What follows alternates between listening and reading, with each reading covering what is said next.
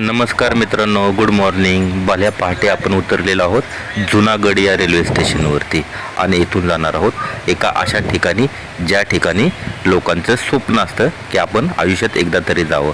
लवकरच आपण पाहूयात आपण कुठे जाणार आहोत. चला तर मग.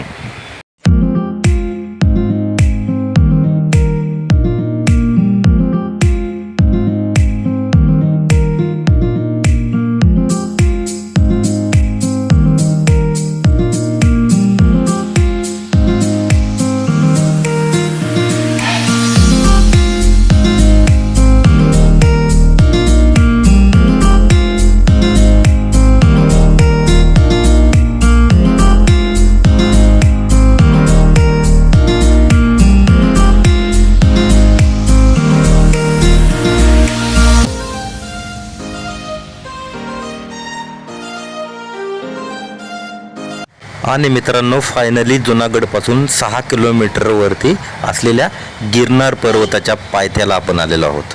आपण समोर पाहू शकताय उंच ढगांच्या आड लपलेला हा गिरनार हिमालयापेक्षाही उंचीवरती आहे. थोड्याच वेळात आपण त्या गिरनार पर्वतावर जाणार आहोत. त्यापूर्वी मित्रांनो, इथे भरपूर भक्त निवास हॉटेल्स आहेत जिथे आपण राहू शकतो. आपण सर्वात पहिल्यांदा इथं राहण्याची सोय करूयात आणि त्यानंतर जाऊयात गिरनार पर्वतावरती. इथे एक खूप छान भक्त निवास आहे. पाहूयात आपण कसा आहे आणि काय आहे. चला तर मग.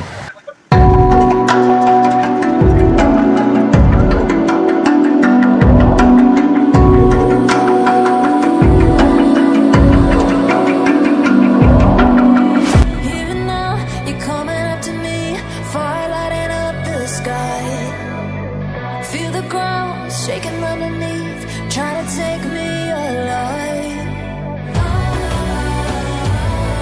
Get ready for the fall. मी गिरनार पर्वतरांगाच्या मध्यभागी आहोत, जेथून पुढे सुमारे 4000 पायऱ्यांच्या नंतर श्री प्रभू दत्तात्रय महाराजांचं मंदिर आहे. आपण पाहू शकताय आसपास पूर्ण मोसम चेंज झालेला आहे, पूर्ण मोसम बदललेला आहे. असं म्हणतात की गिरनार पर्वतांवरती स्वर्गावरून वारे वाहते. तेच आपण इथं अनुभव करत आहोत. अतिशय आल्हाददायक वातावरण आहे. ढग हे संपूर्ण डोंगर दऱ्यांमध्ये पसरलेले आहेत. जणू काय आकाशच डोंगरावरती दऱ्यांमध्ये उतरलेलं आहे असा इथं फील येत आहे. मित्रांनो, लोक भरपूर ये जा करतात. जरी लोकांनी वरती येण्यासाठी रोपवेचा वापर केला असला तरी निम्मा प्रवास आपल्याला पायीच करावा लागतो. संपूर्ण पायी प्रवास करून श्री दत्त महाराजांच्या मंदिरापर्यंत पोहोचण्यासाठी एकूण 10,000 पायऱ्या आहेत. रोपवेची सुविधा आहे. जेथे अंबाजी मातांचं मंदिर आहे तेथून पुढील प्रवास सर्वांना चालत करावा लागतो. येथे पालखीची सुद्धा व्यवस्था आहे. ज्या लोकांना चालता येत नाही त्यांच्यासाठी पालखीची व्यवस्था आहे. येथे वातावरण अतिशय आल्हाददायक आहे. डोंगर दऱ्यांमध्ये वाहणारे हे ढग अतिशय मनमोहक दृश्य मित्रांनो पाहायला तुम्ही एकदा तरी गिरनार पर्वतावरती यावंच लागेल. इथून पुढे मित्रांनो 3000 पायऱ्यांवरती श्री प्रभू दत्त महाराजांची मंदिर आहे, जे गिरनारच्या अतिशय उंच वरच्या टोकावरती आहे. लवकरच आपण तिथे पोहोचणार आहोत.